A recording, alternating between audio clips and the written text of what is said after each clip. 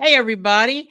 Welcome to another episode of Carmela's Wrestling Radio Relived. This is episode 100. Okay. I'm so beyond excited. Rich, this is episode 100. Okay. Can't believe we've been on the air almost 2 years now. Um, I can't tell you how grateful I am and how amazing it feels to be able to do this um, for two years and hopefully many more to come. We were going to originally do this, be that we're going to make this be our tribute to Bruno Sammartino. However, there was a couple glitches in the system. Larry Zabisco, who's going to be one of the guests that I wanted on, couldn't make it for until after the holidays. So we're working on extending this. So any way you look at it, it's going to be a great show when that happens. And any way you look at it, we have special guests today that are going to make this 100th episode amazing. They haven't signed on yet, and you can see on the screen, we got little Richard Brown, who I'm so beyond excited about, and Judy Arnold on a revisit. So I'm excited about that. How about you, Rich? Yeah, well, thanks again for asking me to be on with you. And I'm psyched about this because not only my love for pro wrestling, but roller derby, watching it as a kid as well, every Sunday from 4 to 6 on Channel 48 in Philadelphia. Elmer Oh, yeah. Anderson was the ring announcer, and it was at the arena, the old Hmm. Philadelphia arena. Yeah. And there's certain parts of it, even though I never went in person, my wife did several times because she grew up in West Philly. Hmm. But there's certain things or certain moments in my mind from watching it that I still remember to this day. It was so similar to wrestling in the good guy, bad guy concept, Yeah. especially with the interviews. So I'm really Absolutely. looking forward to this. Okay, well, hold that thought, okay, because we got a lot of time to do that. Now, I want to just also explain why Jeannie's not here. My normal co-host, Jeannie, God bless her, is under the weather. And we're just hoping for a speedy recovery. She just needed some rest and uh just told her get whatever rest you need. You need rest, just take it. I think that that's important. She's a great person and a wonderful friend. So we wish you well from all of us. Get well, We have Jeannie. we have some hellos that I want to say that I normally always say. We have our regulars, of course. Michelle, God bless you. These are people that we talk about because they are so dedicated to us. We have Michelle and we have Mike Ferreira and we have Chuck Langerman, who has done incredible things for this podcast. My dearest David. Um, I'm trying to think of more people. If Jeannie was here, she'd kind of jump in with that stuff. But we're want to thank everybody who listens. Want to thank Davey O'Hannon said something about me that I wanted to talk about real quick as well. Um, Chuck Langerman put on Facebook that I was the godmother of wrestling, which I appreciate and I get it. However, Davey O'Hannon chimed in with, "Are you sure you don't mean grandmother?" Okay, so Davey O'Hannon will be a guest on our Bruno Sammartino special. I will kick his butt like you would not believe. I'm going to pull a roller derby, Richard Brown, Judy Arnold move, and I'm going to beat him up. Okay. So, no, I am a grandmother. Absolutely. But I'm not the grandmother of wrestling. I am the godmother of wrestling. Okay. I think that that's important for everybody to clear up. Also, I wanted to say, Happy New Year to everyone. This is a 2026, and everybody makes resolutions for every year. I don't think that's a good idea. I don't think a particular resolution should be made. Oh, I'm going to go work out, or I'm going to, take the purple out of my hair, or whatever. I think it's important to decide what you want to do or what you feel is appropriate for you as a person. Life is too short to put yourself on so many roller coasters by making resolutions that you can't possibly achieve. Life is too hard, life is too short, and life is very difficult. So it's important to just breathe and just be grateful for what you have and be grateful for moving forward. I think that New Year's resolutions to me are stupid. Okay. It's only how I feel. All right. And just do you, just be who you are. More importantly, and I'm going to be very honest with you, don't take any crap from anybody. That's what's important. Follow your guidelines, follow your heart, and follow your mind, and follow your principles. And don't let anybody sway you away from that. That's what's important. Okay. And again, that is my opinion. I also want to say hello. I'm just thinking of people as I go along. Our friend Debbie, God bless her. Debbie, it's so funny because I said hello to her last time. She always yelled at me because she said, "You never say hi to me." So I did, and she didn't listen. And then when she did listen, she only listened to like 5 minutes of it, so she didn't hear it. So I made her re-listen. So that was good. I think it's real important that we share those things with everybody.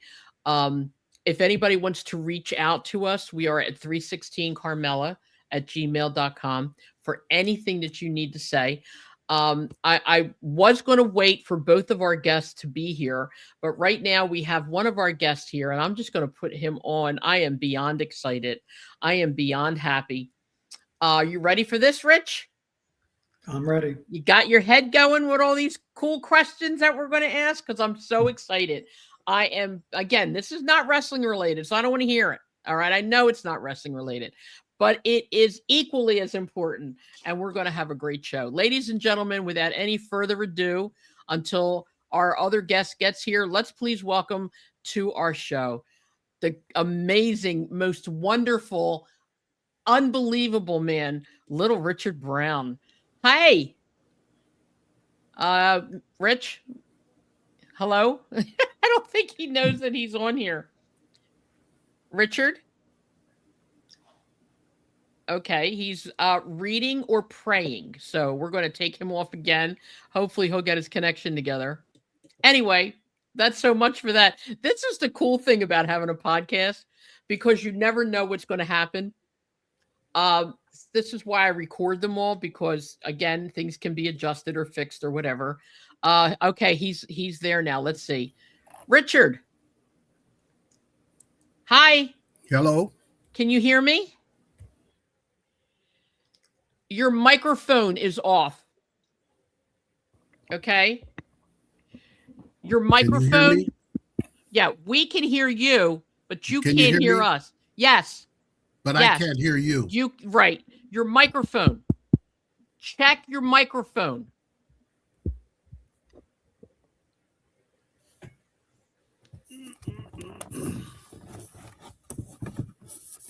How about now? Say something now.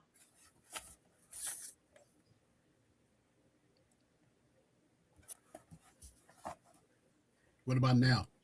We can hear you. Can you hear us? Now I hear you. All right. So, ladies and gentlemen, let's welcome little Richard Brown. I just gave you the biggest intro in the world.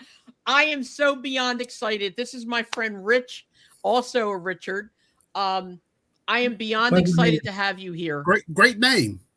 Right. You think? Really good. Our other friend just joined, so we're going to bring her on. Ladies and gentlemen, welcome also Judy Arnold. Hey. How you doing? Hey, Judy. Hey, Richard. Good to see you too. Yeah, happy New Year's to everybody. Got my Same warrior to you. on. Same to you. Yeah, he has his warrior shirt on too. I love it. Okay. Yes, good. And Judy, this is our other friend Richard as well. Hi, Richard. Hi, Judy. So we're beyond excited to have you here. Okay. We just got done saying our hellos and our happy New Year's and blah, blah, blah to everybody. But I just want to get right down to the nitty gritty here. Okay. One second. How do I make my screen bigger? You don't have to. Oh, Why, you can't see me? I see you all. Yeah, but I didn't know if it could get bigger. So I can. Well, it can, but if fine. you mess with it now, you might mess it up. Yeah. That's not. Yeah, because we can see you perfectly and we can hear you perfectly. Good. Okay. Good. Yeah. Okay. Go. I can see the gray hair. Hey, that's white. Come on, brother. It's white and gray. I earned it. Okay. Hey, a little Richard. dark there. Rich, you want to know why you can't see my gray? Yeah. Because smart. it's dyed. That's why. Okay, so let's talk roller derby. I've mentioned roller derby a lot in my podcast, and Rich here was telling me as well that he used to watch it on TV. I, of course, was born and raised in the Philadelphia arena. I've been involved in professional wrestling since I was 6. So that was 62 years ago. All right. I absolutely positively loved roller derby, roller games, whatever you want to call it, at the Philadelphia arena. Give me a little bit of insight as to what it was like for both of you to skate in that building, because that building is no longer there, but the history behind that building is ridiculous. Rich, what about you? Okay, so the first time we ever went into Philadelphia, we came out Market Street and we saw the Armory, and knowing the places we have skated in, we thought that was the first building that was the arena. Right. Okay. But we found out later, we went farther on up and found the arena. I really loved skating in the arena because the fans were close enough and the size of the building, the noise they made in that building was astronomical. And then to come in, we'd come in for a game and we would come in a couple hours earlier and the fans are already lined up around the corners trying to get into that building there. Yeah, so absolutely. I just enjoyed skating in that building. And I Richard, did too. Oh, incredible. I wanted to start with Richard here for a minute. Tell us how you got involved in roller skating in general, and what was your introduction to roller derby? Okay, I started skating when I was about 4 or 5 years old. Every Christmas we would get the clamp-on skates with the little skate key to it. Oh my God, yeah. And that's how I got started skating in it. And then my sister had a friend, her name was Robin Bridges. Okay. That she used to watch skate, and my sister used to make me sit there and watch roller derby with her. Oh, wow. Yeah. So that's how I got exposed to roller derby. And after watching it, there was a skater named DeWitt Quarles on the San Francisco Bay Bombers. Okay. And when I got into high school, one of my best friends was a cousin of Robin Bridges. So we would be going down the hall, blocking each other, knocking people into the lockers and all that stuff, getting in trouble and stuff. Mm-hmm. So one day we decided, hey, let's go down and see what this training school is about. They had a training school in Oakland. So I went down. Very first night there, when I got on the track, I just imitated the way DeWitt Quarles skated. Okay. And then after the training session, the trainer came over. His name was George Cardunas. He came over and he said, I don't remember ever seeing you before. How often do you come? I said, well, this is my first time. He said, no, it can't be. They put me in training that after that first time on the track, I went into pro training. Wow. I trained I was I guess a natural. Absolutely. And, absolutely. I trained with all the pros at that time, the Charlie O'Connells, the Ken Montes, Buddy Atkinsons, I trained with all of them. And I was 13 years old. You couldn't skate till you were 16. So I trained for 3 years, skated on their jet league, what they call the amateur league team there, skated with them. Me and Cliff Butler, who was a big name in roller derby. Okay. We skated. Well, I remember skating him and I skating one game, and we beat the team 111-10 or something like that. Oh my God. They came up and told us, you two will never be on the same team again. So, I love it. I absolutely love it. That's great. I really enjoyed it. So through the years, my very first professional game was on July the 26th, 1964. Wow. I skated with the San Francisco Bay Bombers. They used to skate 2 games on Sundays in the afternoon at a place called Frank Ewell Field. And then at night, they skated in San Francisco at Kezar. So they would give the pros off during the day and put in the top-notch we call ourselves the A group of the training school. And so that's how I got my first chance to skate. And I scored 2 points over, what was his name? Oh, my goodness, I can't even think of his name. But anyway, it was one of the big names. Well, Judy, who's the one that was Bobby Mateer? Burt Wall. Burt Wall. Okay. All right.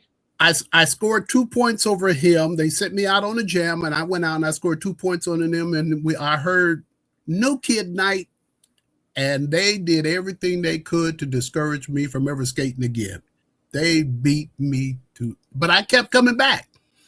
Wow. And so after halftime, they told me they came back in and said, "Hey, you ain't too bad," Aww. So that's kind of like how I got my skating. Well, I got suspended out of training school later on that year. What'd you do? We don't want to know. We don't want to even talk about that. Okay. I want to talk about it, but you don't. I broke a kid's leg on purpose.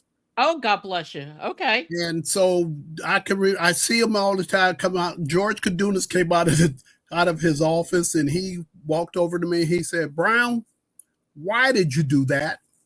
You're not skating in the amateur game this weekend. In fact, turn in your jersey. You're off the minor day." They suspended me for a year. Wow. I didn't know that, Richard. Judy, all you don't know will make a new world in a couple of encyclopedias. But anyway. I love it.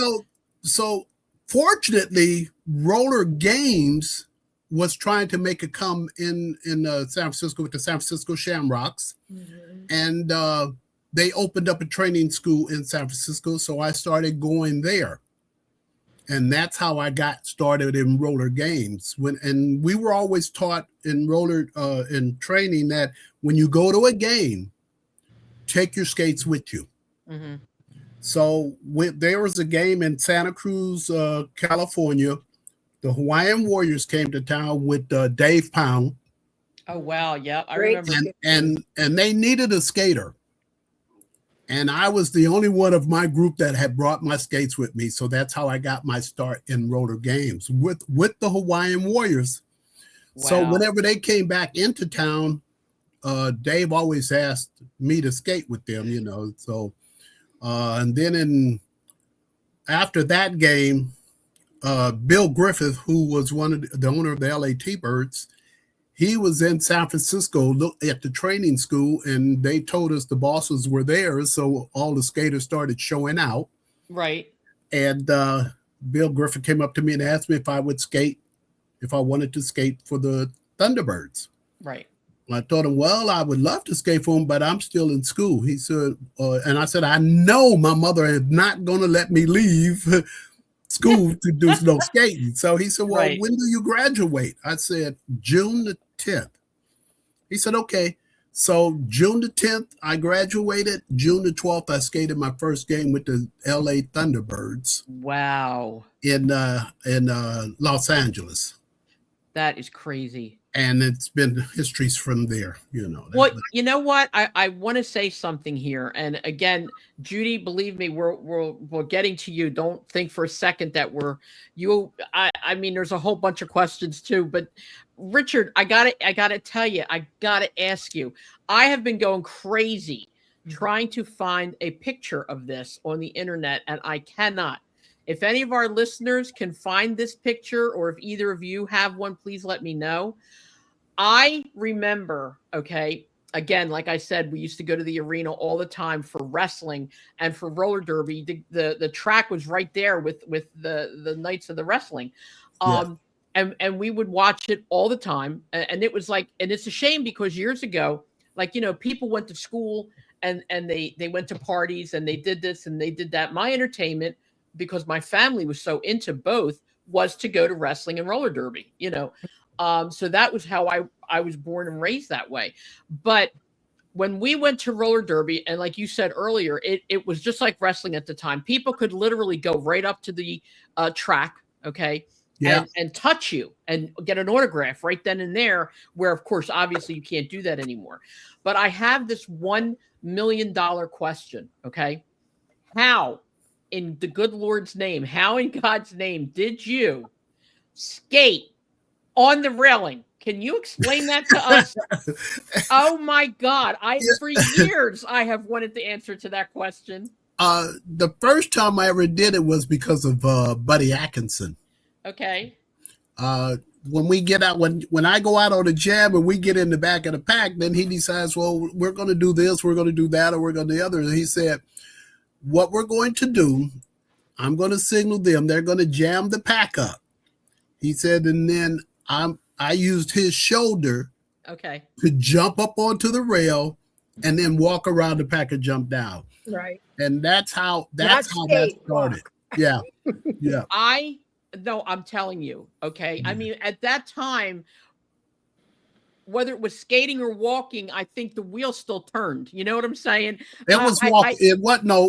I walked. The boot plate of the boot, I would turn and walk side. If you ever noticed, I was walking sideways because that indentation where the plate was fit right on that rail, where I was able to walk crossways until I got to the other side and then jump down. It wasn't rolling. Believe me, I'd probably been fell and broke my neck then. But. Well, okay, I stand corrected. Either way, that was a phenomenal thing. I had never seen anybody prior to you do that, and I have never seen anybody since you do that. Well, I'm often imitated, but never duplicated. Never. Okay, that was for me the one thing that stuck out in my head about you in particular. It's ridiculous. The one thing that most people that I meet always talk about is when I went out on a jam, how I ran on my skates. Yeah, that too. Going further, that's the one thing they always talk to me about. Well, how did you run out on your skates like that? It's nothing that I practiced or trained for or anything. It's just something that I did. You know, a lot of the things that we did, we were surprised we did them ourselves. I mean, talk about being a natural. I mean, there's no other way to describe what you did.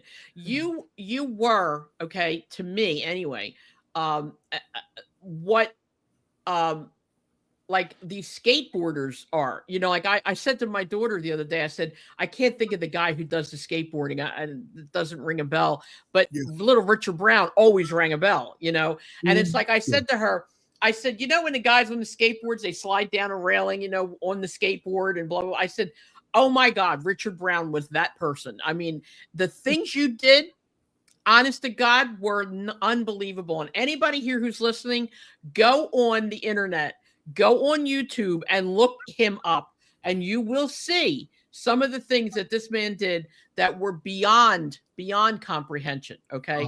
Judy, of course, we're going to switch over. I'm sorry. Go ahead, Richard. I was just going to say thank you for those compliments, but oh my God. Something that, you know, I love roller derby. Give me a bank track, and I was happy. You know, I got kicked out of all of the roller rinks that I went to because I used to be blocking their speed skaters into the walls and stuff like that. But they don't like that. No, but give me a bank track, and I was the happiest person in the world. When was the last time you actually skated? March 16th. March of no, it wasn't March. It was I think it was in July of 2016. Okay. Hiroshi, great friend of mine who skated with the Japanese team. He brought a Japanese team to Los Angeles, Santa Monica area, and we skated 2 games. Wow. And I skated on the team representing America, the United States, and he brought the Japanese team. And that was the last time I actually skated in a professional game. Wow. Okay, now let's go to Judy. Now talk Okay, before you go to Judy, can I tell you about one you were talking about walking on the rail. Every year we have a reunion Okay. in Las Vegas. And one of the skaters have a bank track set up in their backyard. Really? Yeah, Lolly does. And so we always go over there that Monday of that reunion and have a barbecue. And then we can skate on the bank track if we want and everything. And so Aw. I skated some of the laps on the bank track, and then I told everybody, okay, I'm going to walk the rail. And everybody is out there laughing and rolling and everything. Yeah, right, sure you are. I said, no, I really am. And so I'm down off the track there, and there was one of the handrails was on the ground. I told everybody, I said, now get your cameras ready because this is going to be a one-time deal. Yeah, yeah. So you And ready? you They did said, it. yeah. So I got up on the rail, laying on the ground, and walked along that rail on the ground. Oh my God. Yeah, they booed me. I bet they did. It wasted all their film, right? Yeah. Well, I want to ask you another question real quick. Years ago, I don't know whether you would remember this. I find it incredible, okay, that sports people, I'm going to say sports people, professional wrestlers, you just did it. Judy Arnold did it with roller derby. How you got, I don't remember my name, okay? How you guys remember dates, years, minutes, seconds? How do you do that? It's only sometimes some of them. I mean, there are skaters. I know some skaters that can tell you everything that was done anytime it was done. I'm only privy to just some of the things. I guess I'm selective about what I remember. I'm gonna tell you the one thing that I remembered most, and it bothered me when it happened. Judy Arnold came to me and told me she was retiring. Oh, Judy Arnold, and close your ear, Judy. I don't want you to hear this. Judy Arnold was my favorite all-time skater. I mean, I have other favorite skaters, but Judy Arnold was my favorite. yeah. I'd love to watch her skate. And her personality was always top notch and everything. So anyway, she came to me and she said, Richard, yeah, I'm going into retirement. I said, okay, Judy, yeah, sure. She said, no, I really am. I said, okay, well, I'll see you in 6 months. She was retiring to go into Bible college. Right.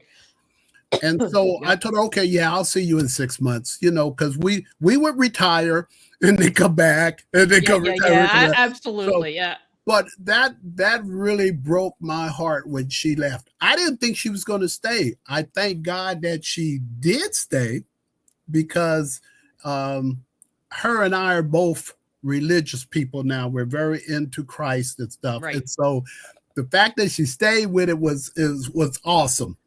Well, When she told me she was leaving, that really broke my heart. I didn't believe she would do it. I didn't know it at the time. I'm going to tell you a real quick story because Judy just pointed to me. I'm going to tell you a real quick story about when I found out my working time to try to get a hold of this lady. All right. Yeah. When I found out that she retired, okay, there is a Bible school in this area. I didn't know she went to Bible college in California. Mm-hmm. I thought she went here. Okay. Okay. So what did I do? I went to Bible. I did. I went to any Bible college I could find to look for her because, I have no shame. I don't get embarrassed. None of that stuff. I would walk right into any of schools. Is Judy here? And I swear to you, it was ridiculous what I did. I went crazy trying to find her. And you know how things are supposed to happen the way they're supposed to happen. Yes. I went crazy trying to find her for years. Nothing. I went on the internet, Facebook, Instagram, Twitter, everything. Nothing. And one day I was coming home from one of my many jobs that I had at the time. And our church, okay, that's not far from my house, had a little marquee. And on the marquee, it said, Judy Arnold skater. Okay. Richard, I did a lethal weapon kind of turn with my car. I was like, zoom. As soon as I saw that, I turned around. I'm like, wait a minute. And it was at night. Didn't even think about if any other cars were Car around. was good. I turned around and went back, and I looked at that sign. I'm like, oh my God, she's going to be here. Okay. Went out of my way, out of my way, out of my way. All of a sudden, would you believe it, on Facebook, her name pops up. I've only been looking for it for how many years now? All of a sudden, Judy Arnold's on Facebook. Okay. Right after I saw this sign, I reached out to her. Finally, and of course she answered. God bless her. That was how we met. Do I remember the exact date and time? Absolutely not. I don't. I do know that it was what, Judy? 7, 8, 9, 10 years ago, maybe now. Yeah, I bet it was. And I just was in love. As soon as I got to meet her, she and we met at the church, and we both ended up crying by the time it was over. Okay, that's the truth. All right, Judy, I got to tell you, meeting you was probably one of the most incredible things I have ever done. Okay, again, like I said, if I want to do something, I'll stop at nothing. And those people who know me know that about me. And we've been friends, I'm proud to say, ever since. Judy, I have a question for you right now, though. Okay. What is the difference between roller derby and roller games? Not a lot, really. You know, the roller derby will say they're not so theatrical. Right. And that would be it. And they had great skaters for sure, but so did we, you know. Yeah. And, ours was more, you know, there was more activity in ours, you know, and they took pride in that they skated more, and that's fine. I never thought, you know, I didn't, whatever, you know, everybody's enjoying what they're doing. And so that's the difference. There was more theatrics in ours, you know. So. Judy, tell us how you and Richard met. Before you do that, can I go back with that question you asked about the difference between roller derby and roller game? Yeah.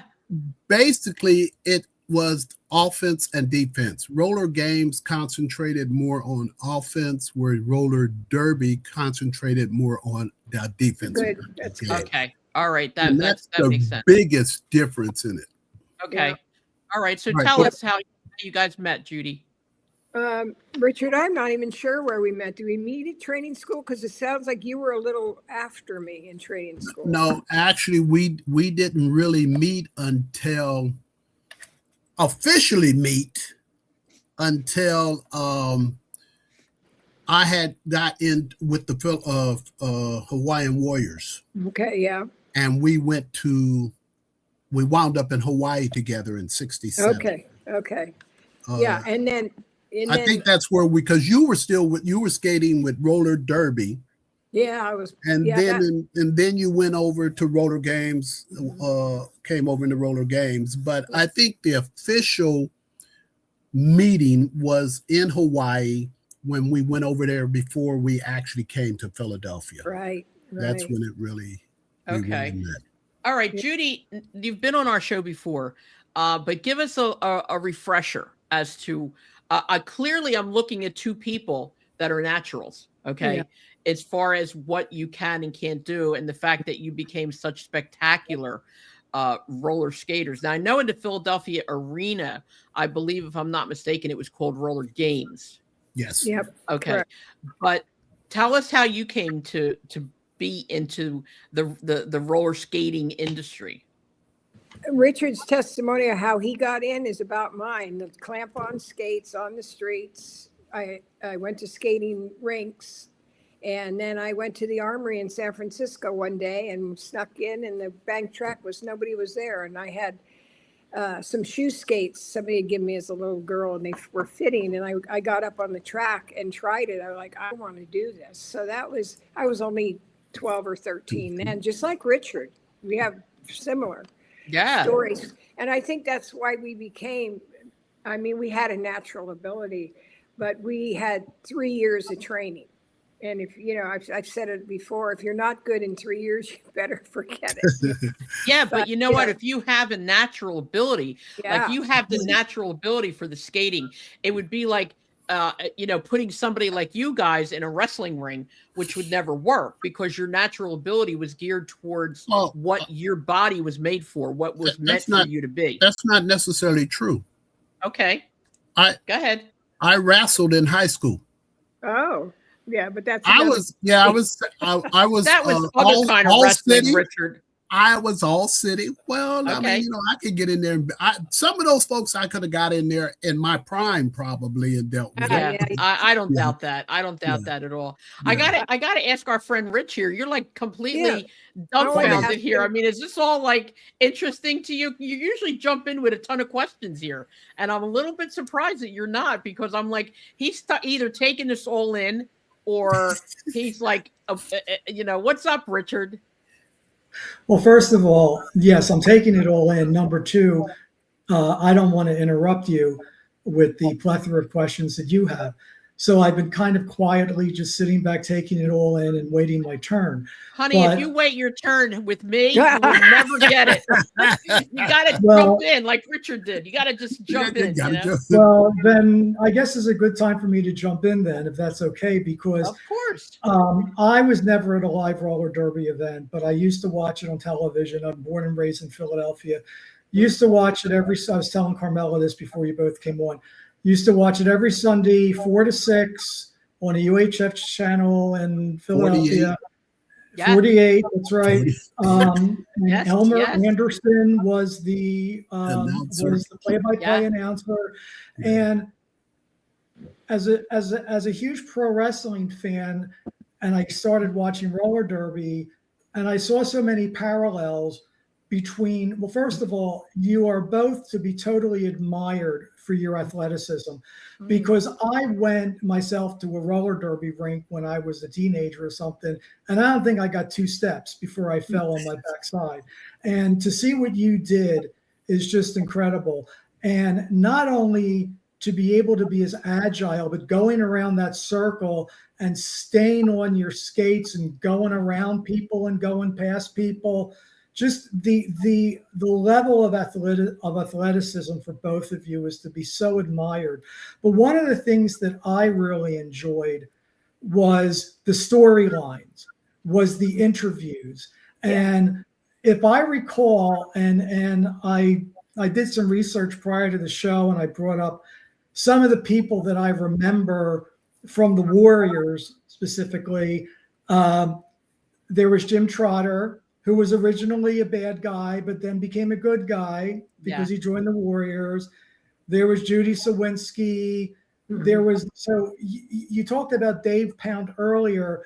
What I remember about Dave Pound is he somehow took over as the coach, and he became like the bad guy coach. Yeah. The manager. Yeah. The manager, that's right. Yep. Yeah. But he was the bad guy. Yes. And you were always feuding with somebody. And I'm just very curious as to who is developing the storylines and how, and who is deciding those kinds of things, as well as at the end when almost the score was tied. Almost every week the score was tied, and it always came down to the very, very last round. And almost 9 times out of 10, the Warriors won, or they did a come from behind thing. Yeah. And I'm curious as to whether that piece of it was pre-planned, as well as the planning behind the feuds. Like, what was going on behind the scenes? Judy? You tell him, Richard. Okay. No, It's all you, Richard. When first let me say that I have skated several different types of games. I've skated what you would call a straight game, legit game, a set game, semi-set. You will find that most skaters would be able to skate anything that was asked of them. Most of the time, whether we were red shirt or white shirt, that's the terms that we used, was red shirts and white shirts. Okay. I skated the same, whether I was skating a visiting team or a home team. I really skated the same. What made the difference? The fans. Nothing I could do on the Warriors was wrong. I've hit people with chairs. I've stomped on them. I've jumped on them. Yep. And the fans, that was the greatest thing that ever happened.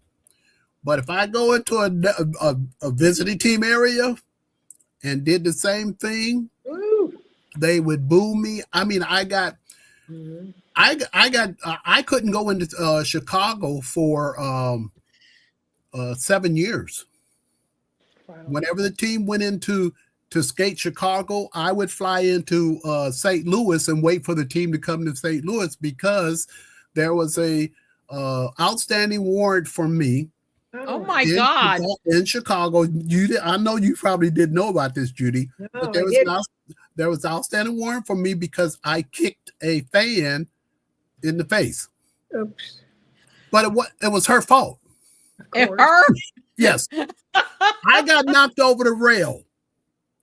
And when I was climbing back up on the track, she came and kicked me in the rear end. And all I knew was a fan that kicked me, and I turned around and just put my skates right into her face, chest, whatever. And so they wanted to arrest me, but when they told her that she was going to be arrested because I was going to press charges also, they said, let it go. So a couple of weeks later, the lawyers for the Warrior team got a notice from Chicago that the lady wanted to press charges, and so they had an outstanding warrant for me. So our lawyer told us that all I had to do was avoid going into Chicago or Illinois area. Wow. And the statute of limitations would run out. And so actually for about 5 years, whenever the team went into Chicago area to skate, I would go directly into St. Louis and wait for them to come into St. Louis and to skate that series or whatever we had to do. Richard Brown, you're a bad boy. Okay, so if It's a quick reaction. Yeah, I know. When I was in the training school, you had asked me why I got suspended out of the training school. We were in the skating the Jet League game, and I went out on a jam with another skater who was okay skater, but when we went into the turn together, our skates got hooked up. God. And he went down and I kept coming. So after the jam, he came up to me and told me, he said, if you ever trip me again, I'll break your black neck. Oh. Oh, wow. And back in them days, before I became the mild-mannered Richard Brown that I am.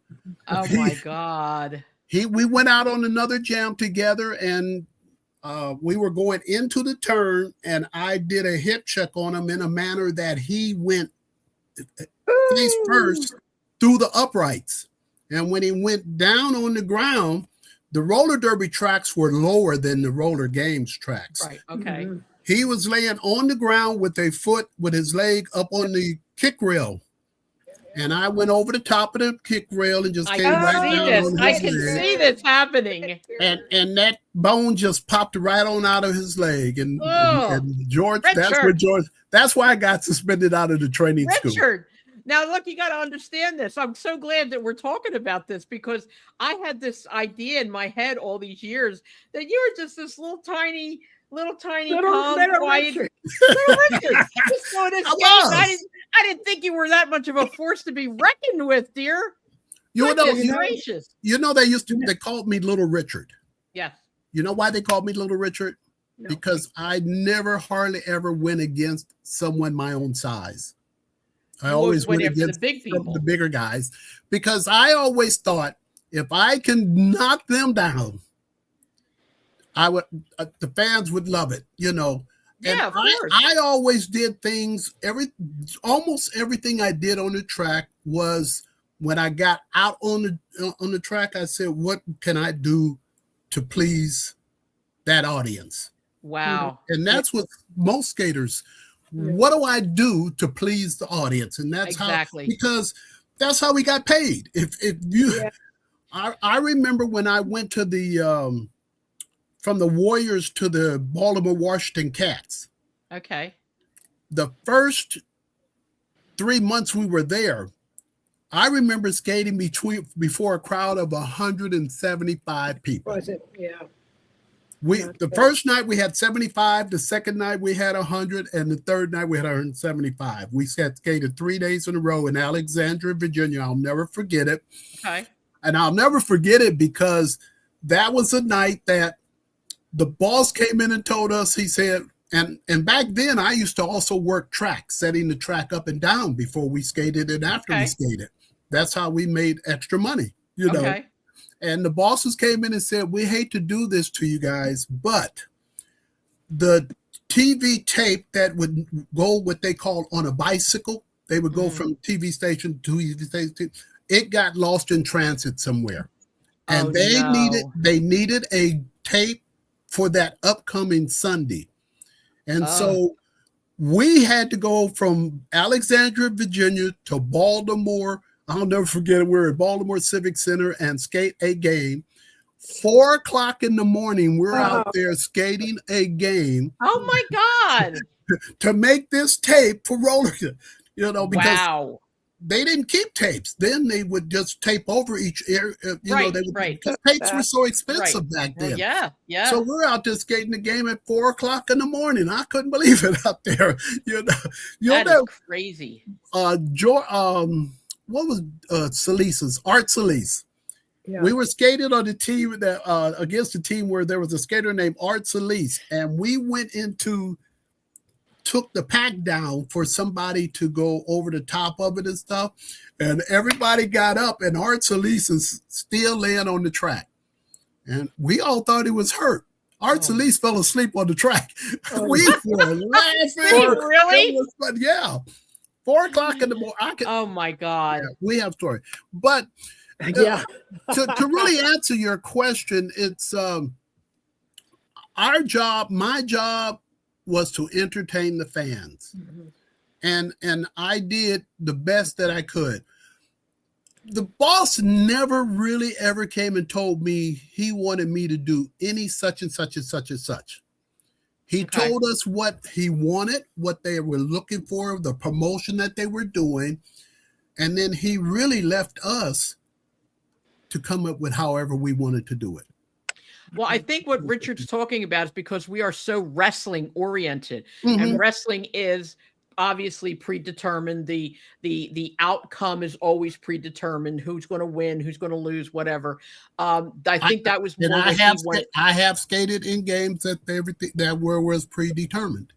I've also skated in games where who won, and then I've also skated in what we call bootlegging games. Oh, now that I like. I bet you got stories all over the place on that. Yeah, when I felt, I remember one game that they wanted the Los Angeles Thunderbirds to win. Okay. And the Warriors was the powerhouse team. So absolutely, like they say on paper, there was no way we should have lost that particular game. Right. And so Buddy and I said, well, that don't make sense to us. And no, we're not going to do it. So we got up in the lead in the scores. And then about 6 minutes left in the game, Buddy just kept whipping me out. And every time I get out, their jammers would come up behind me. We'd go all the way to the back of the pack. And then I would just cut the jam off. And then you just flew. I just do it. Or they would get the jammers out and Buddy would whip me out and I'll fly past them and cut the jam off. And we did that all the way to the last jam. Did you ever look at your ability? Let me tell you. Richard, that's how you do it. You just went to the last jam and then they got their jammers out first. And we were in the lead by I think 2 points or something like that. So Buddy whipped me out and I went flying. And then right as the pack was bottling up, I went by them and then slipped and went out, ran into the kick rail, and they went in and won. Well, I told them later, I said, the only reason why you won that game is because I slipped. I did it. I was the reason why it wasn't. I just wanted you guys to know that just because you say you want something to be a certain way, If I don't feel like it, it ain't gonna happen. So Love it. I don't know that you would have made it in wrestling, though. I don't know that. yeah, Wrestling, well, yeah, it's a whole different. we actually never practiced our moves. Right. It's just that, like the first time I ever went, Buddy threw me over the pack. We never rehearsed that. You out your mind. No, he said, no, you can do it. You know it. So he told me, he said, I'm going to go in and they're going to stop the pack up. I'm going to turn my back to the pack. You step in my hands and I'm going to throw you over. Oh, Okay. wow. And so we did it. It's well, Judy, let me ask you this. The picture, the infamous internet picture of you leapfrogging. Okay. Yeah. Did you ever practice? I mean, did you learn how to do that, or was that a natural thing for you? No. As well? I before I was skating, I think I was just full of energy. I would leapfrog fire hydrants, just walking down the street, leapfrog a fire hydrant. I don't know where I got it from, but then I decided I'm going to try that mailbox. You know how the mailboxes are. Oh yeah, the old ones. Some people. Yeah. And I could get over that. So then. Really? Yeah. I had springs in my legs. God gave me strong legs. Oh my God. Strong Yeah, that's body. for sure. Yeah, that's But for anyway, sure. So on the track, I watched Richard referred to the name was there and now it's gone. The rookie of the year I got it. You DeWitt Quarles? Yeah, DeWitt. Yeah. Quarles. Okay. He did. Okay. He would do those in training, and I thought I want to try that. So, I tried. You got to be brave and try things. And somebody saw that picture the other day. They said, "Oh my God, did you land on your skates?" I said, "Yeah, it was just like walking. I mean, it was over the top. Keep going." Well, it is just like walking. Clearly, from what you're saying, obviously it doesn't look like that, but I mean, wheels. how, like what Richard was saying, like, how do you skate, jump, land on your skates, push people out of the way, punch somebody, move forward, break up a pack, and never fall down? I fall down with no skates on. Well, we understand, but becomes like walking. It's just part of your life. Yeah, it's a whole different thing with your brain has to actually be trained. Okay. That you're on a slant. Yeah, that's true. So you train your brain that slant is not really the easiest way that I explain it is that the brain is trained that the slant is not there. You are on level ground. Okay. And so then you're able to do these different things because when you first get onto that, one of the hardest things to teach somebody, it's very hard to teach someone that skate in a flat track, a speed racer or, something like that, play roller hockey or something like that. It's hard to teach them to skate on the bank track. Mm-hmm. I'd rather take a person that never skated before and train them to teach them to skate on the bank track, because they don't bring their bad habits. They're bad habits on the bank track. They're not bad habits. They're just bad habits on the bank track. On the bank track, you have to learn to skate in. We always train them. You stay in your own little box. You got to get a little box, and then you have to do a lot of pushing, like in short pushing. It's not, you can't, most skaters spread out when they're skating. You can't do that on the bank track because you got 10 people in a 12-foot wide track. That's how wide the track was, 12 feet. So you got to learn to stay in your own area. Okay.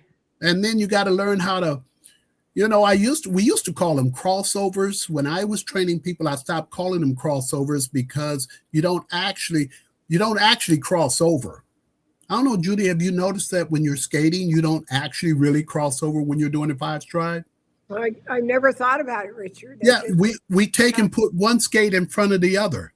Yeah. So because if you actually do the crossover, you're going to wind up tripping. Yeah. So we would go into, you would just step in front of yourselves like that. Right. To do what we call was a 5-stride, which was what you learned how to skate the big track on as a 5-stride. Skate low in the turn, climb up to the rail, coast down into the next turn and what have you. So Well, for those of you who are watching and don't know what that is, a bank track is what you saw on TV, where the sides are up a little bit, like kind of like that, as opposed to a flat track. About a 40, 45 degree turn. Right, right. That much I do know. I mean, again, as a fan, you never think of that stuff. You always think about like, wow, this is what I saw. You know what I mean? You need to get that. You can, and we'll just transfer. Okay. No. But you don't know any of that. Now let's go real quickly into match races. Okay. Can either one of you or both of you tell us how that got started? And did you do it basically just because the fans wanted to see you guys brawl and beat the heck out of each other? Or, what was the reason that got started? Can you tell us that? All of the above. Yeah. Okay. All right. I think it really got started because of two skaters may have been fighting with each other on the track. Okay. And the owner said, well, heck, if we're going to do that, let's put them into a match race, let them go at each other. Maybe they'll wear themselves out in there, and then we won't have as much problem with them and make money off of it. Because that's what the match races really were. They were grudges between generally two.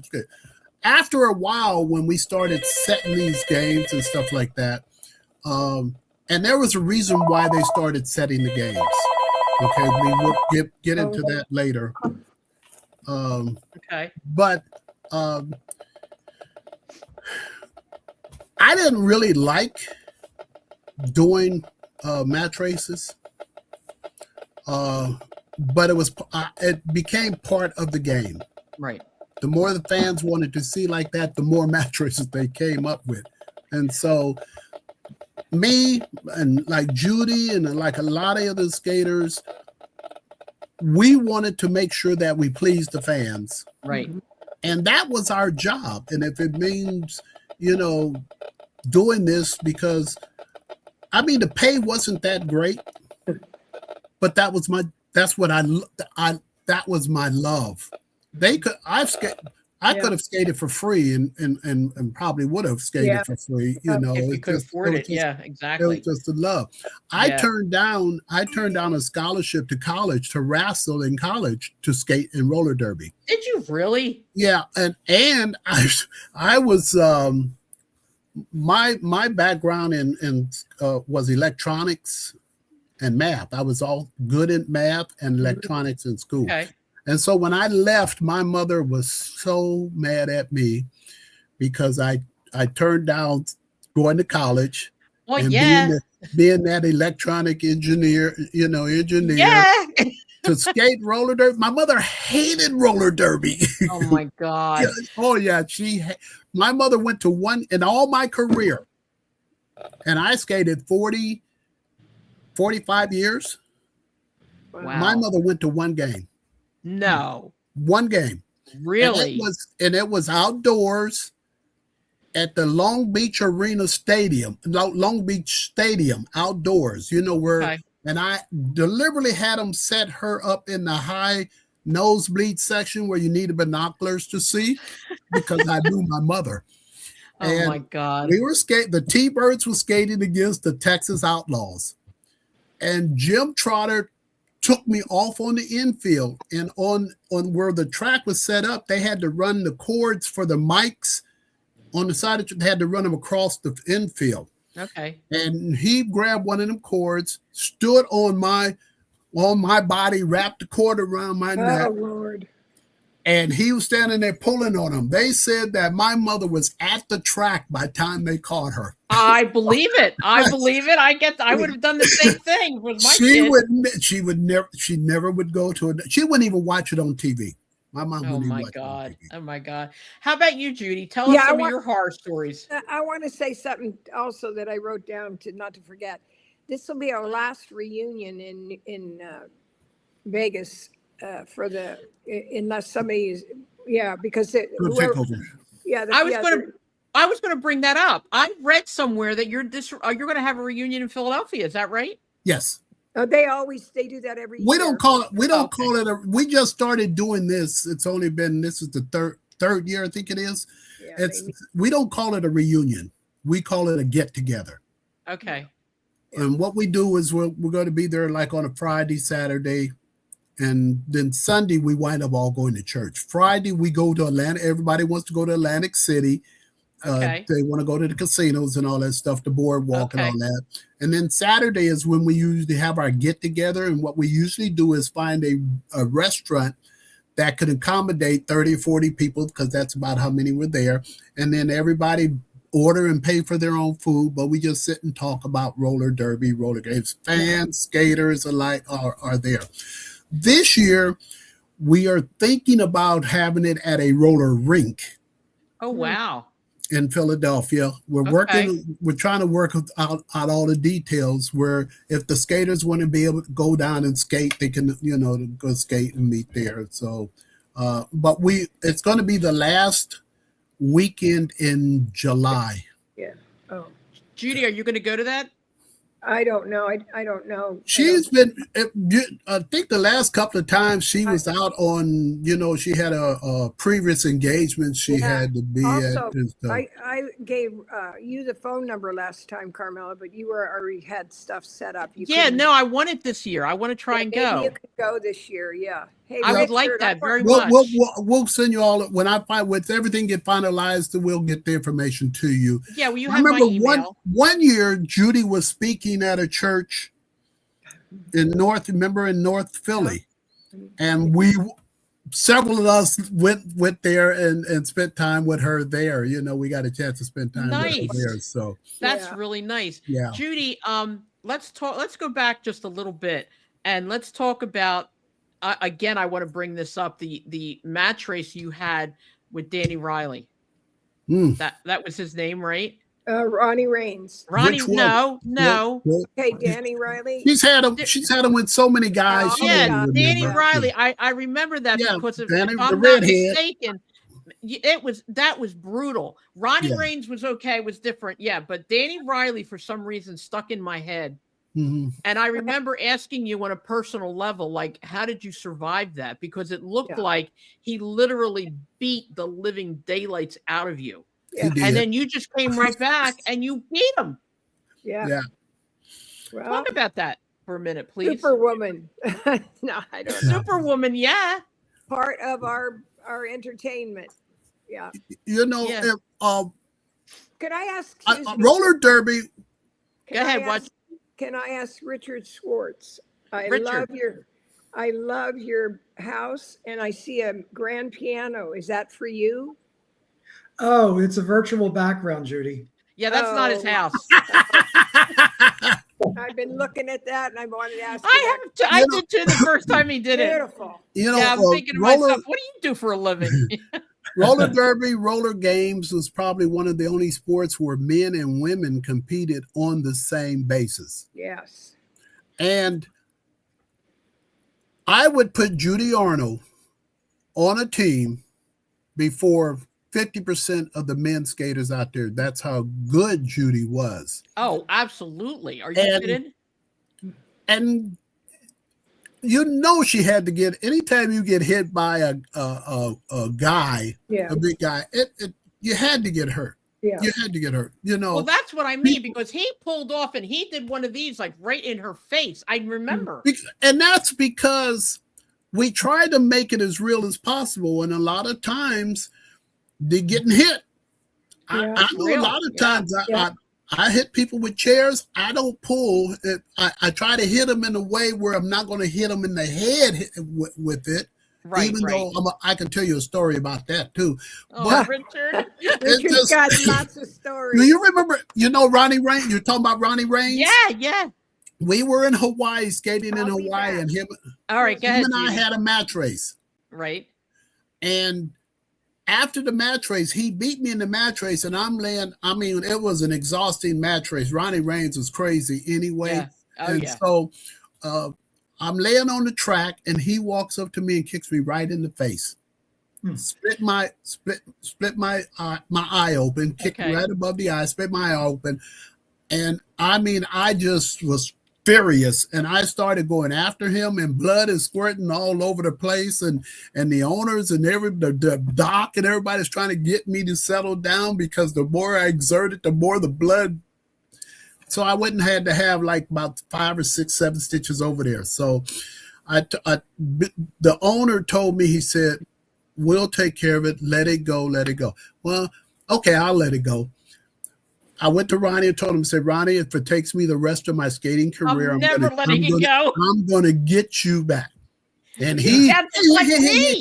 He just laughed, So we were at the Philadelphia Arena one day, and he was with the Bay Bombers, and Judy Sawinski was on the Bay Bombers then before she came over to the Warriors. And he just kept messing with me. "Ronnie, you better leave me alone." And he just kept messing with me the whole Oh my God.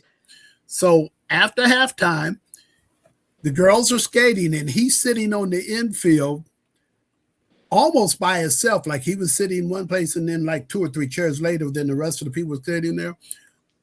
It's just something that popped up into my head. I got up, I walked over, I made the infield doctor get up out of the chair he was sitting in. I took the chair, walked over to Ronnie. I said, "Ronnie," he lifted his head up, and I, bam, and laid him out. Oh my I said, God. "I told you to leave me alone." There you go. He never really bothered me after that. I can imagine he would never do that anymore anyway. Yeah, I mean, it's just wasn't he known as Psycho Ronnie Raines? Yep. Yeah, and he was. yeah, However, I enjoyed skating against him only because I enjoyed the challenge. The more of a challenge, the more I loved it. That's why I always I love skating against Dave Pound and John Parker. John Parker. I remember oh my in God. Philadelphia one time I had a what they called an Indian death match with John Parker. Okay. Yeah, I remember that. Where you're strapped there, you've got a 10-foot rope, and they're strapped together in there. And me and him are having these, and fans are throwing cans and bottles and everything at on the track because they're upset he's beating on me and all that stuff, And so I'm laying on the ground, and he's standing over. I mean, he's down there with me, and he's pounding on me. And every time somebody threw something and it hit John Parker, he'd take it and he'd scrunch it in my face. They threw bags at him, can, whatever they threw at him, he took and scrunched all over my face. And I was really getting upset. When you tell these folks to stop throwing this stuff, because he used it as a weapon against me. But yeah, that was a hard match race. One of the worst that I've been in. Only because when you're strapped together, you can't really do what you really want to do. Right. So, right. That's an old wrestling match move as well. Yeah. Judy, did you ever have anything like that? Did you ever have something where you were tied up and connected? I believe we did do that. Yes. But you know what? Memories of all that, it's years. Richard's really good about but I don't remember who it was with, but I do remember having I think maybe it was Sawinski when she was on another team. Yeah, it might have been. I got her around the neck with the rope. Yeah, you and Judy had some knockdown dragouts. You guys had some big time stuff. But am I wrong in saying this? And if I am, correct me. Didn't you ever have, Judy, a brawl of some kind with Parker as well? If I did, I don't remember that one. I probably did, because he did come to Philly a couple. She did, but it was her and if I'm not mistaken, Jim Trotter. It was like a tag team. It was like with men, 2 men, 2 women. And exactly. Yeah. But I remember that. Yeah, I remember that. Now, you brought up Jim Trotter several times. Jim Trotter was also, bar none, in my opinion, one of the best in the industry. What was it like to know him and to work with him? I'll get answers from both of you. Well, for me, he was like a big brother. Even though we were on different teams, he was very protective of younger skaters. Okay. When some of the bigger skaters would be jumping on even down in the dressing room, some of the fights you're talking about we had on the track, we've had some good ones in the dressing rooms. So really, okay, Trotter was always a big guy, but I remember in he was on the Texas Outlaw, and him and I had a suicide match race, and that's where they take all the handrails off the track. Crazy. Oh, wow. And the track in Hawaii was 13 feet from the top of the rail down to the floor in the turns. Okay. And I remember going after him, and he dropped, and I went off the end of the track. And the only thing that I think really saved me was they where the turn is on the floor, that's where they sold their memorabilia. They had a table set up in there, and the guy, I remember the guy looking up and seeing me coming and moved, and I wiped out that table, busted the table, and the pictures, everything went flying all over the place. But the one thing I remembered about Jim Trotter is, and I don't know how the situation happened, but I got into it with another skater who was bigger than me, and that skater was telling me that he's going to kill me. Oh my God. And Jim Trotter walked, and I'll never forget, Jim Trotter walked over to him and said, we were on different teams, and Trotter said, if you mess with him, you have to mess with me. Wow. And the guy backed down. And I would too. I never forgot that about Jim Trotter. But very cool. After we got on the Warriors together, we became really close. And it just really literally broke my heart when he passed away. Yeah. You know, but Judy, what were your experiences with Jim? He was a great, when he got on our team, they hated him because he was a bad guy. But then when he got on our team, of course, little by little, they had Jim the King Trotter. Yeah. He was a gentleman. Yeah. Yeah. Yeah, he was a good man. Yes. Judy, if you had to pick right now, just a little thing, as they say, gun to your head. If you had to pick right now, what was your toughest time in all of your skating career? Could you just tell us one that was so horrific and so tough that you didn't know how you were going to deal with it or how you were going to get through it? Wow. I know Richard just told us 20, but I want to hear one. Yeah. Wow. You know what? One of the toughest opponents, and she didn't skate long, was Liz Hernandez. Liz Hernandez? Yeah, she didn't mess around, that girl, and I was still young. No, was when we first came to Philly, and she actually made me nervous. I could work with everybody, but she'd never know what she would do. And I always remember that that was and scary. She hit hard too. We tried not to kill each other, Well, we had to skate against each other, but exactly. Some people are a little meaner. And I know, I think I told you this last time, but in Los Angeles, I don't know what team I was on because Loretta Behrens was on the other team, and I was a new kid, but I was still good because we 3 years of training. Yeah. But when you're headed to the coming around the turn, if somebody pushes you, you can go flying through the rail. Right. And Loretta Behrens did that to me, and I thought I'm going to die. Just that second because we headed that fast, and I lived, obviously, but that was a scary time. That's scary. And then I had to skate against Midge Bursoon, Tuffy Bursoon. Oh, yeah, that was... race, I was like, oh, my God. Yeah. Although she was at the age then that she couldn't really do a whole lot, so it was okay.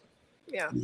Now, tell me, how fast at any one point in time, mileage-wise, do you think you guys were able to achieve going around the track? I think Hawaii, wouldn't you say, Richard, was where you could go? I was on the Hawaii track. I was clocked at. I did the quarter mile in 8.7 seconds, I think, and they estimated that was up like around 30 miles an hour. That's what I figured. The guys, some of the guys had that high speed. And that could cause a lot of damage. 30 miles an hour doesn't sound that much, but think of even in a car. Like I've seen these things on television where they show you if a car is hitting a pole at 30 miles an hour, you don't realize the incredible damage that can do. I'm going to tell you the damage it can do. Picture this. Okay. You know what the whip is. Yeah. when one person reaches back and whip the other Yeah. one out. Okay. We had just rebuilt the Philadelphia track. It used to be called, we used to call it the 5-stride track, which is a normal size track. You do 5. Yeah. Right. We had expanded the track out to where you had to do like 7 strides to get to the points. So I'm coming off of a 5-man whip. There's my 4 other skaters on the team. There's 5 on the team with them and me. I'm on the jam. And I come into the back of the pack, and they're going to give me a whip to catch their pull away. Right. The other team pull away. Well, the first person in the whip is supposed to go off onto the infield and pull people with him, so I would have the room on the track to negotiate. Oh my God. And he didn't go off. He went into the turn, and so I'm coming down the straightaway, and I have nowhere to go but to the rail. And so when you go into a rail, you go in with one hand underneath and one hand over so that you can control yourself. Right. I did that, and the handrail broke at the 2 uprights. And so I'm going through the air, holding the handrail like this, and I land out into the seats. Oh my God. I cracked all of my ribs. I bet you did. Oh my God. That was probably one of the roughest injuries that I had. How long were you out for that? I was out about maybe 6-7 weeks. Wow, that's crazy. Painful. That is crazy. I have a personal question, Richard, that I want to ask you. When I was younger, and when I lived in Philadelphia, I lived in an area called Nicetown. Yes. And I lived on the corner of 11th and Ontario. Okay. Around the corner from me was Goodman Street, so a few other streets I can't think of the name. Tell me if I'm not mistaken. Okay, I could be wrong. Did you have friends that lived there? And because yes. Okay, thank you. Yes. I knew I saw you somewhere around there. Yeah, and I'm thinking to myself, I used to go I used to go down there quite frequently to visit them. Yes, they were really fans that I had met. Okay. And then we became friends. That's crazy because I saw you and I was terrified to come up to you. Yeah. Of course, that was when I was little. Now that would never happen. But when I was little, I was terrified. I'm like, oh my God. I spent a lot of time around there. Yeah. Wow. Yeah, that's crazy. And I believe, if I'm not mistaken, Jim Trotter was there a few times as well. Yes. Yes. Judy was there too one time. Came down. Yeah, we had a party down there. We went down for a party with them that they gave a party, and the Warrior team went down there and spent with them. Wow, yeah. Judy, you were right around the corner from me. How about that? Wow, that's crazy. I had to ask because that's been on my mind since I was a kid. Yeah. Isn't it crazy, the thing that stays on your mind? It's ridiculous. Okay. Let me tell you a quick story. Yes. Anything you like. Judy and I used to live in Camden, New Jersey. Okay. I remember her living there. Yes. She lived on Baird Boulevard. Originally she lived on Raritan Street. No, you lived on Baird Boulevard. Yep. And I lived on Raritan.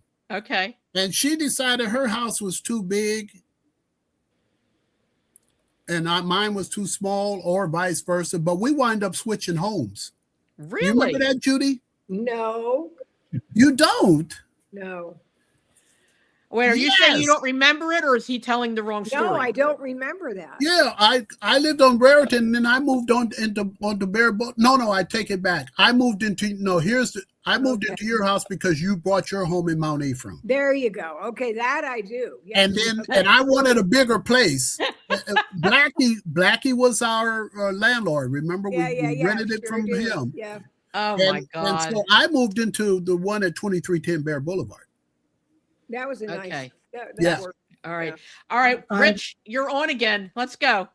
Okay. Thanks. No, not you, Rich. No, I know. I'm not to me. Yeah. Yeah. Just to change the subject a little, I do have a couple of questions. So when you were in Philadelphia and you were at the arena, and by the way, I didn't realize, I did some research. After the arena kind of faded away, you did do some shows at the Spectrum, if I'm not mistaken. Yeah. But the arena was still there at that time. Yeah. Yeah. But they were shifting things over to the Spectrum at that time. No. With various events.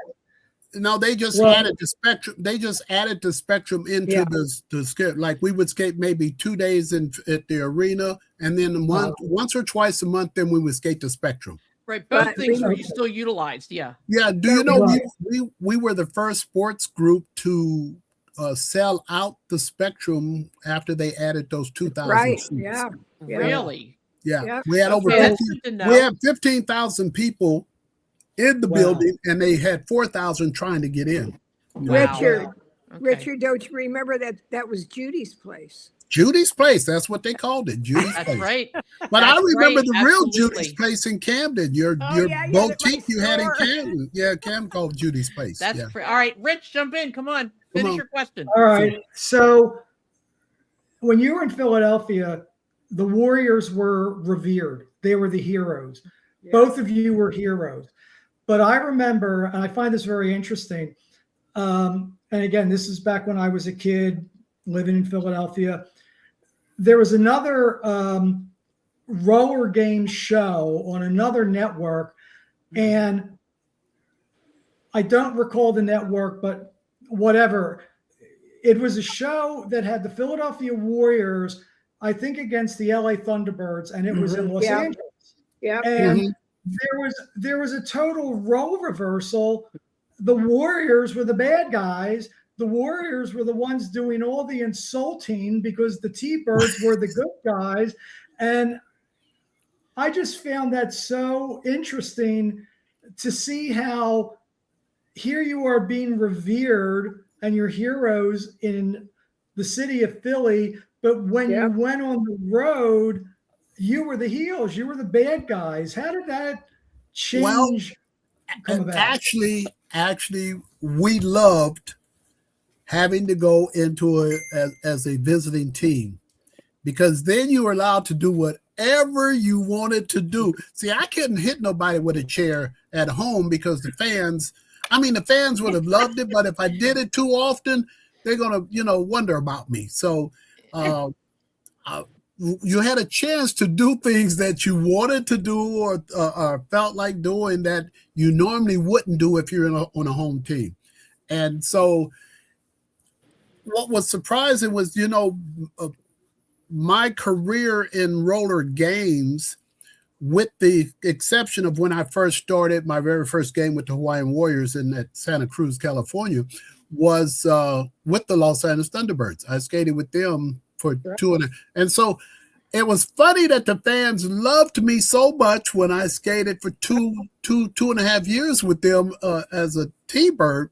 And now I'm coming in as a visiting Warrior, and they can't stand my guts. They hated me, And so, but yeah, it was hard for some skaters to make that switch, like Lena McBride.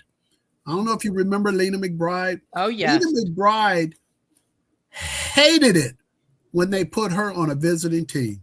And she had to come in and skate against the Warriors. She hated it with a passion because that wasn't her demeanor. It wasn't her, exactly. Yeah, it wasn't her demeanor. So she did it, but she really hated it, Now that I'm talking to you, and now that you're part of this interview, I could never see Judy Arnold turning heel, let's say, as we say it in wrestling. I can see you doing it now.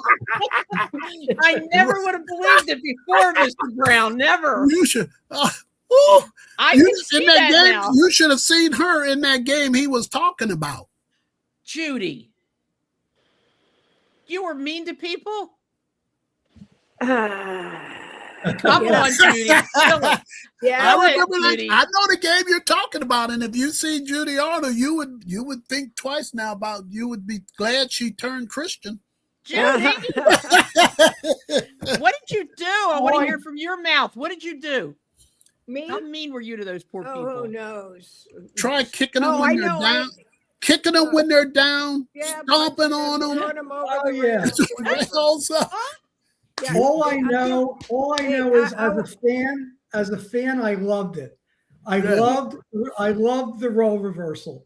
It was, Yes. it was all part of the entertainment for me. And it was so great to see. And the it was for the skaters also, because Yeah. we love to do it. It gave us something different Yes. to do. To You change know, it up a so little bit. to Yeah. change it, yeah. Yeah, exactly. Well, look, guys, we're going to have to cut Yeah, this down. I time hate to up. do that. I want to ask you both, and I'm going to say this again. Will you come back? Yes. Absolutely. Yes. Thank you. Yes. I appreciate, oh my God, I can't tell you, honestly, what an honor this has been to have both of you together, two of my roller derby idols. To have both of you together is remarkable, and to Richard, I'm sure, as well. Do I have absolutely. time to tell you one quick story? Honey, you have time to do whatever you Okay. want. Judy, and I know you're going to remember this one, Judy. We were skating in Santo Domingo on a away trip. Yep. And somebody had printed bogus tickets to get in. So they had 5,000 false tickets. People were outside, couldn't get in the building. And so the government made us stay over another night to skate a game for the people couldn't get in. Wow. So I'm out on the jam. And Judy Arnold and Judy Sawiski sitting on the infield, and I tell them I'm going to walk the rail. Oh my God. And so they held the pack up, and I went to climb up on that rail, and I could not get my legs up on the rail. And Judy is out on the infield just rolling and laughing because I couldn't get up onto that rail. So I won't forget that one either. Oh my God. You guys have incredible. Richard, I was going to say for a second, don't tell too many stories because you might not have enough to come back again, but I don't believe that. I got plenty of them. You guys have plenty of stories. Yeah. We got to do this again.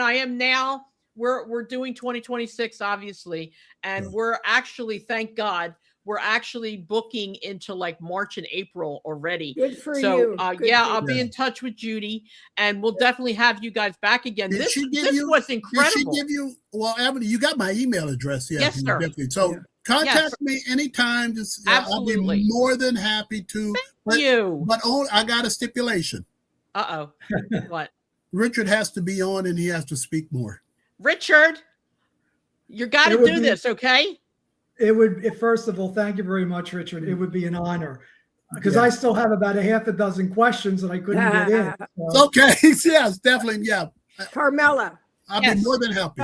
I have a book. I don't know if I can. Oh yes, go ahead. I'm sorry. Yeah. If I have I wrote my life story, and it's available on Amazon. If you want to get it. Yeah. I truly apologize for that. That was my remiss on that. Yes, and it's a great book. With me, or I'd show you, but yeah. No, it's a great book, and there you go. He's got it. There it is. Keep my copy. You got my copy. And there's that infamous leapfrog that we were talking about. Yes. And you know what? If for any reason you can't get the book, contact us at 316carmela@gmail.com, and we will make sure you get a book. Okay. Good. But anyway, thank you. God bless Thank you very much, Judy. I love you. I love you, Rich. I want you to know I was in church New Year's Eve. I saw the new coming in church as I do. I've done it for every year for the last 12 years. Yeah. And when I quit, he knew I was going to Bible college. He said 6 months. Yeah. And it's been 52 years. So. Oh my goodness. Yeah. Been that long? That's why my hair is white and yours. Yes. Well, you know what? At least. Go ahead, Richard. You were going to say something, Rich. Yeah, I was just going to say, both Richard and Judy, thank you very much for making my childhood and being part of the stuff that entertained me growing up as a child. Because I did not miss watching the roller derby on television every Sunday, and it was part of my entertainment growing up. And thank you both so much. And it's just been an honor meeting both of you today. Thank you. Judy, I'm starting to write. Be at the next one. I'm starting to write my book. Good. Oh, Richard. Great, Richard. And it's going to be called My Life in Roller Derby. My sister made me do it. I cannot wait to read that one. Okay, I just can't wait for that one. Yeah. But definitely, Thank you, definitely Carmela. keep us Thank you, posted. Rich. Thank you very much for No I think it's problem. been You know wonderful. what? Thank you. Thank you again. It's been an honor, and we will definitely have you guys back again. I don't care if we're about pro wrestling, because roller derby is like this, neck and neck with pro wrestling and so many things. And I think this podcast was probably right up there with some of our most entertaining ones, and I'm grateful to you for doing it for us. Question now: Yes. How do we let people watch it? You're going to I send will. it out, and then I I'll will just send forward you. it? I already have you. Well, either you can do one of two things. You can go on YouTube and you can subscribe to my channel, and then you get Okay. notified anytime we have one. I need to do- Or I will send you. I already have the email set up. Once I Okay. drop this, I have you and Richard already in the email. I'll send you a link like I did for this. All you Okay. got to do is go on that link, and it takes you right to the podcast. Thank Okay. you. Sounds Okay. good. So, and if you have any questions or any problems, you let me know. All Okay. right. Thank Thank you. you very Love much. you. God Love Love you you guys. both. Thank you. God bless you. Bye-bye. And thank you Thank so you. much. Okay. Bye-bye. All right, bye. Wow. That was great. Richard, I am going to literally kick your ass for not opening your mouth more. That is not like you. Like You I need to- said, I was trying to be polite. Nah. I didn't want to interrupt. Richard Richard, have you met me? Is the Pope Catholic? Okay, then. So you know better. Okay. Never, ever, ever wait when you're in a podcast. You got to jump right in, and you are like my go-to guy. So next time, even if you just put your finger up, I'll look and I'll say, okay, then I'll shut up. That's what I may have to do. You're going to have to, or put up a sign that says, shut up. I have a question, But Richard, always, you are amazing, and I love you dearly. And thank you so much for being a part of this. Jeannie, we missed you terribly. We hope you're better and you get better soon. We have incredible podcasts coming up. Next week, oh my God. Next week we have, Susan Green is going to be on again, but she's going to be on again with Victoria, Princess Victoria. Okay. She was also a wrestler involved with the Fabulous Moolah. We're going to hear more stories. So that's going to be an incredible podcast. So we're asking everybody to, come on and watch it next week. It's going to be great. We have our Bruno tribute we're going to do. We're going to do an Andre the Giant tribute. We're going to have the Pitbulls back again. Unfortunately, because of me, nobody else's fault but me, I clicked the wrong button. I deleted about 20 of our old podcasts. I apologize. All my fault. So we're trying to have all of our old guests in those podcasts back again. So we're trying to do the best we can. So the Pitbulls are coming back. We're going to have some people from the old Stampede Wrestling from Canada. I'm so excited about that. We have Stuart Kemp coming on and Mike McCurdy. So we have a ton of people. And, it's funny. A lot of people don't want to watch the podcast if they don't have The Rock and Seth Rollins. And you know what? And I've seen the popular wrestlers so much. I'm sick of them. Okay. I want to show stories. I want to show people all the stuff that's going on around everything else. I mean, how many times you're going to hear Seth Rollins say, I'm the visionary, I'm the, revolutionary. We heard all that before. This podcast tonight was a podcast we want. The podcasts that we want are things that are, again, old school, different parts of the country, possibly different parts of the world. Let us find out what wrestling is like in other areas, what it's like. Somebody said something to me about, why do you have kids in a school on your podcast? Because number one, I want to. It's my podcast.